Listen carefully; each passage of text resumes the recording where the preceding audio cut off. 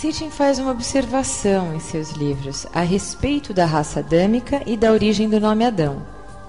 Ele admite que, possivelmente, não houve um indivíduo assim chamado, mas, de fato, o primeiro modelo ideal do Homo sapiens ficou famoso entre os Anunnaki e os homens da Terra, porque foi a primeira matriz biológica e porque gozava da proteção de Enki, que o chamava de Adapa, nascido na Terra. Se de fato ele foi clonado, é possível que em determinado momento o termo passou a se referir a toda a primeira geração de homens. Sendo assim, é provável que algumas citações históricas distorceram o termo Adão, Adamo, Adapa para o singular, como foi feito com a palavra Elohim, que significa deuses e não Deus.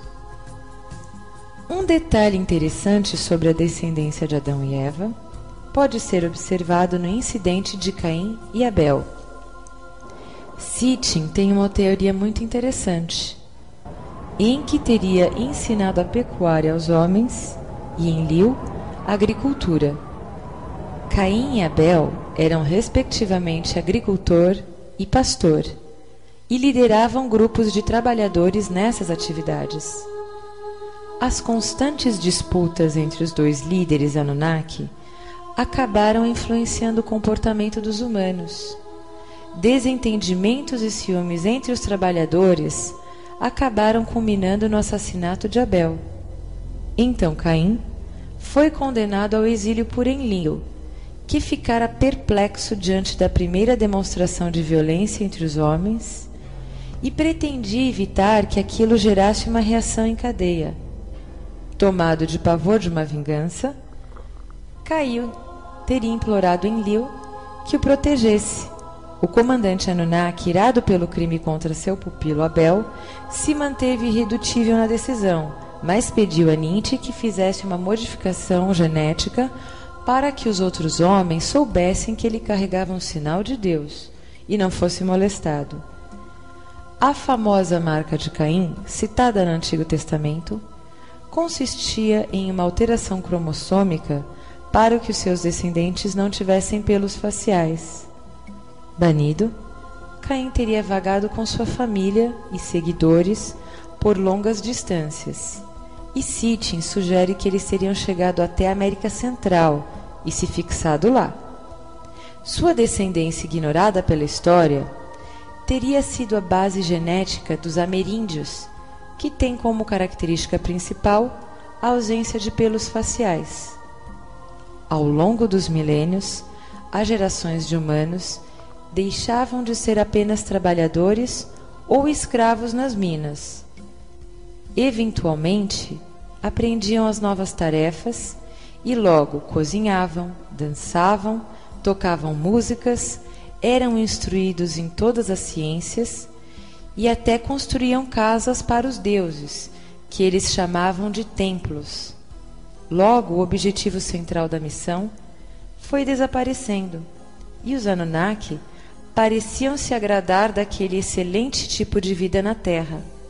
Porém, como havia poucas mulheres nibiruanas na Terra, muitos Anunnaki se sentiram atraídos pelas fêmeas humanas e começaram a tomá-las por suas mulheres. Quando os filhos dos deuses viram que as filhas dos homens eram bonitas, as tomaram como esposas. Desse cruzamento, nasceram os híbridos gigantes, os chamados Nefilins, Anaquins, Refaíns ou Titãs. Sitchin afirma que, segundo os sumérios, a estatura média dos Anunnakis é de 3,5 metros a 4 metros, atingindo até 7 metros de altura, e que seus descendentes titãs mantiveram esse nível. O fato é que em alguns milênios eles acabaram organizando os homens em centros urbanos e os instruíam em todos os segmentos possíveis, gerando então poderosas civilizações. Däniken, em seus estudos, cogita a possibilidade das lendárias civilizações da Lemúria e Atlântida terem sido as primeiras erguidas por estes seres, que conviviam com a humanidade, e foram adorados como deuses e semideuses.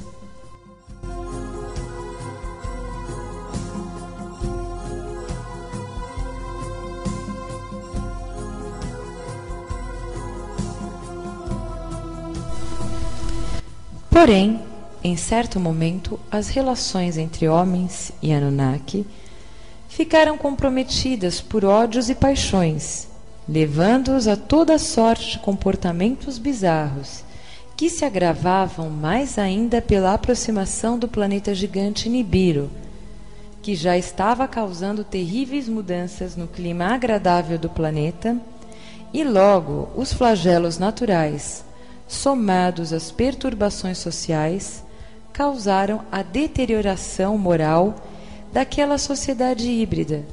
Esses fatos irritavam seriamente Enlil, que estimulava cada vez mais a desconfiança em Anu nas altas hierarquias Anunnaki, que já repudiavam o comportamento dos alienígenas nesse planeta. Cedendo à pressão de Enlil, Anu ordenou que os chefes Anunnaki se reunissem para um conselho em julgamento da humanidade para decidirem o que deveria ser feito como punição. Aproveitando a nova passagem de Nibiru pelo sistema solar, o que causaria um cataclisma na Terra, Enlil e Anu votaram por deixar a humanidade ser dizimada.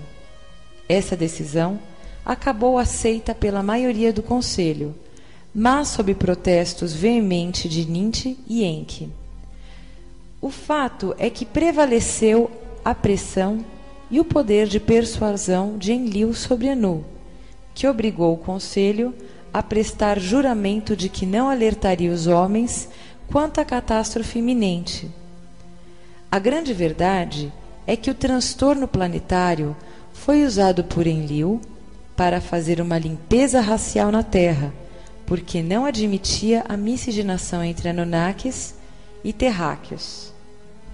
Viu o Senhor que era grande a maldade do homem na Terra, e que toda a imaginação dos pensamentos de seu coração era má. Então arrependeu-se o Senhor de haver feito o homem na terra, e isso lhe pesou no coração. E assim disse o Senhor: destruirei da face da terra o homem que criei, tanto o homem como o animal, os répteis e as aves do céu, porque me arrependo de os haver feito. Gênesis.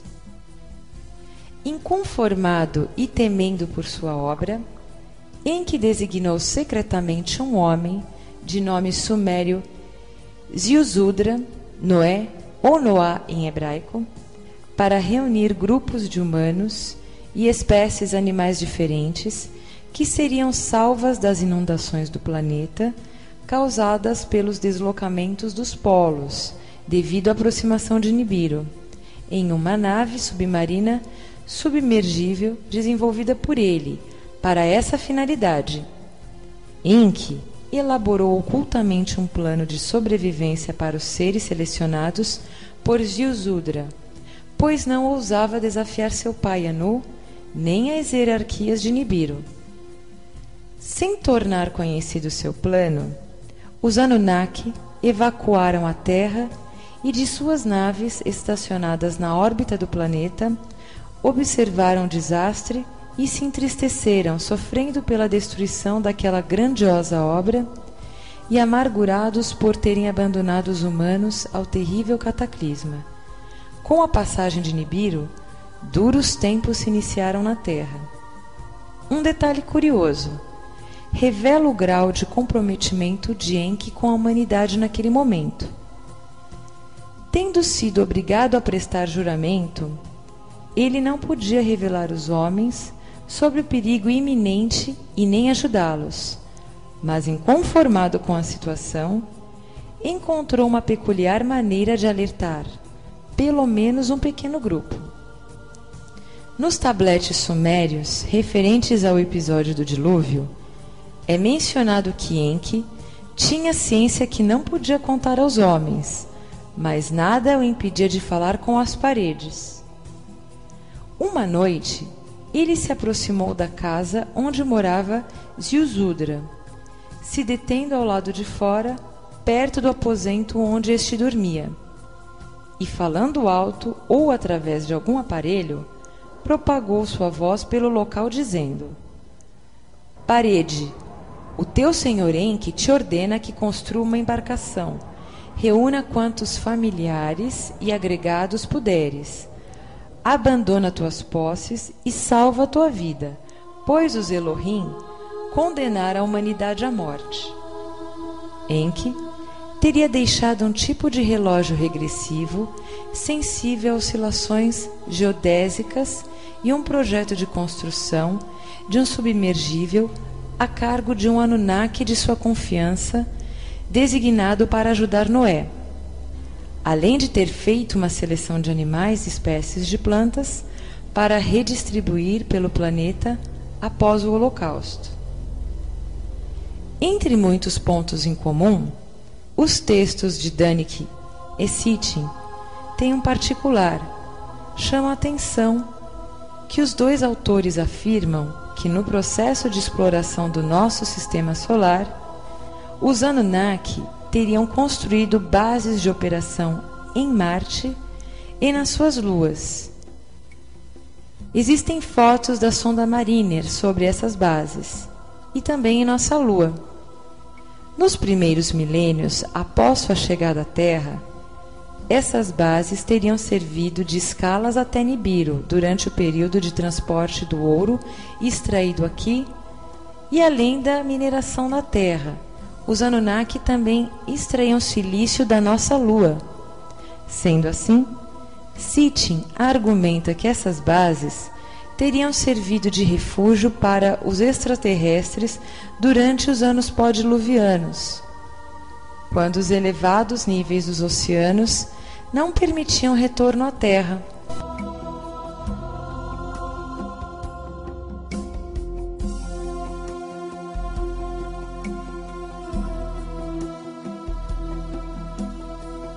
Quando o nível das águas cedeu e as camadas de lama que cobriam a Mesopotâmia secaram o suficiente para permitir o repovoamento, os Anunnaki retornaram à Terra e se surpreenderam quando viram os sobreviventes do cataclisma. Em um primeiro momento, se indignaram quando Enki revelou ter elaborado o plano de sobrevivência das espécies terráqueas. Contudo, a revolta cedeu lugar ao contentamento pela possibilidade de reconstruir a humanidade.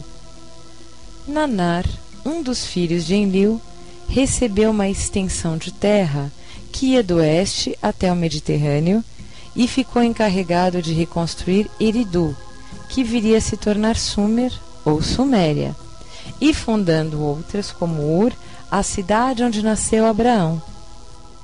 Ao filho mais novo de Enlil, Ishkur, senhor das montanhas distantes, coube as terras a noroeste, a Ásia Menor e as ilhas do Mediterrâneo, onde a realeza Anunnaki se espalhou, dando origem ao panteão dos deuses greco-romanos. Enki e seus descendentes, entre eles seu filho Ninjishida, senhor da árvore da vida, ficaram encarregados de reconstruir Abizu nas terras africanas.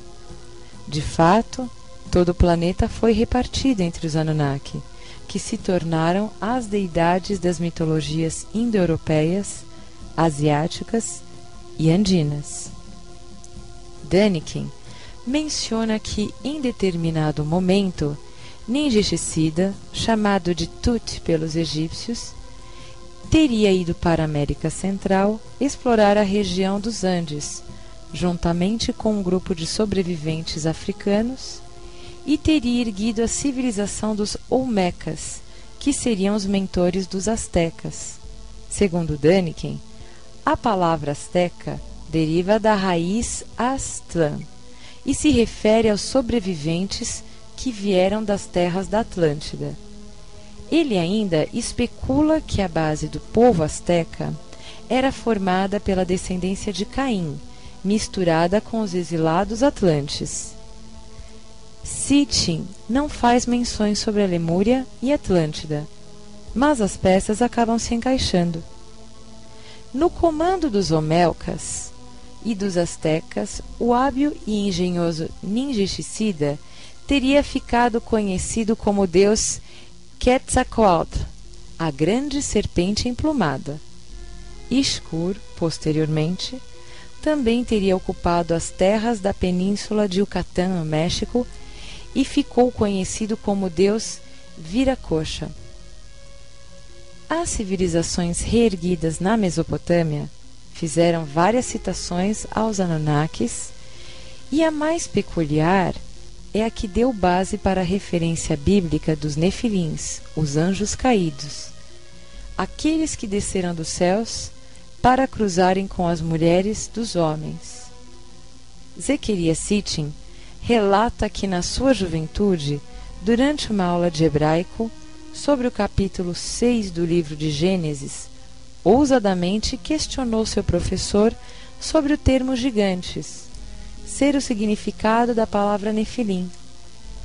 Sitchin enfaticamente afirmou que, mesmo derivando da raiz nefal, queda, o significado real seria aqueles que foram lançados, ou aqueles que aterrissaram na terra. Nos anos que seguiram, à medida que aprendi a língua, a história e a arqueologia do Oriente Médio, os Nefilins tornaram-se uma obsessão. Os achados arqueológicos e a decifração dos textos sumérios, babilônios, assírios, hitititas, cananitas e outros textos antigos e contos épicos foram progressivamente confirmando a precisão das referências bíblicas a reinos, cidades, governos e culturas na antiguidade. Não havia mais dúvida de que os Nefilins foram os visitantes da terra, vindos do céu em um passado distante. Esses Nefilins eram os valentes, os homens de renome, que houveram na antiguidade. Gênesis 6:4. Antes haviam habitado nela os Emins, o povo grande e numeroso, e alto como os Anaquins.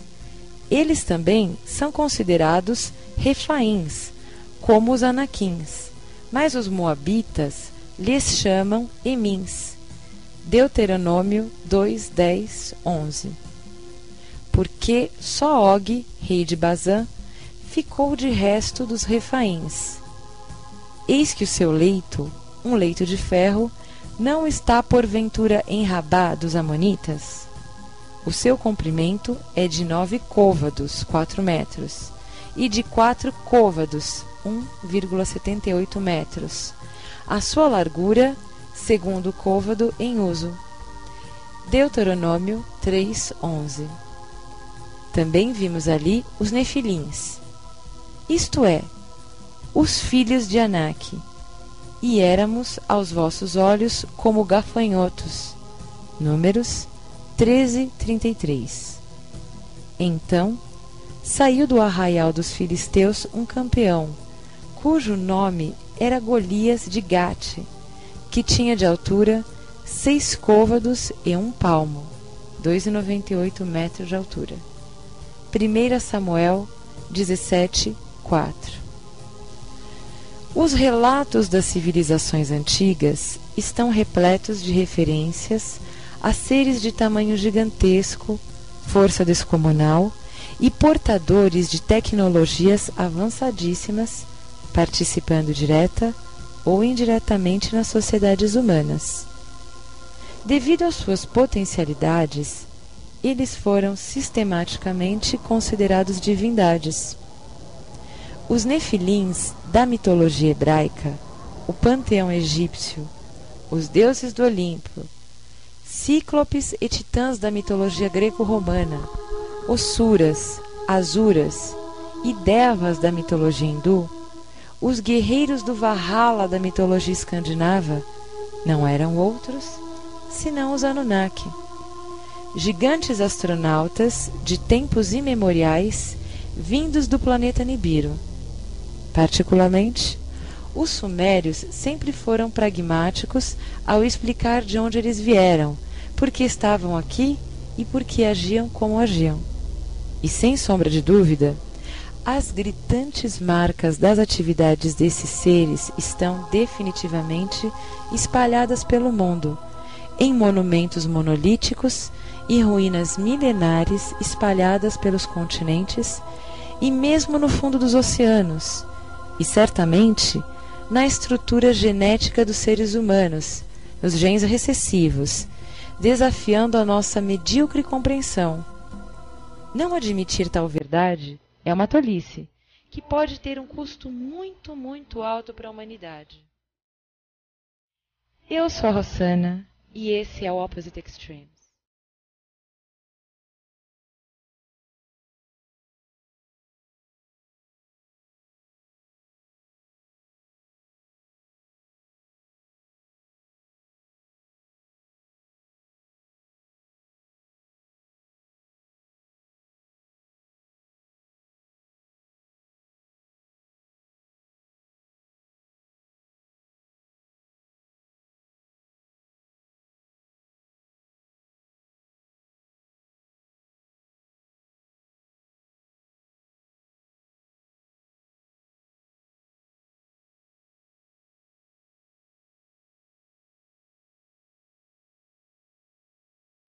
Parábola da rede.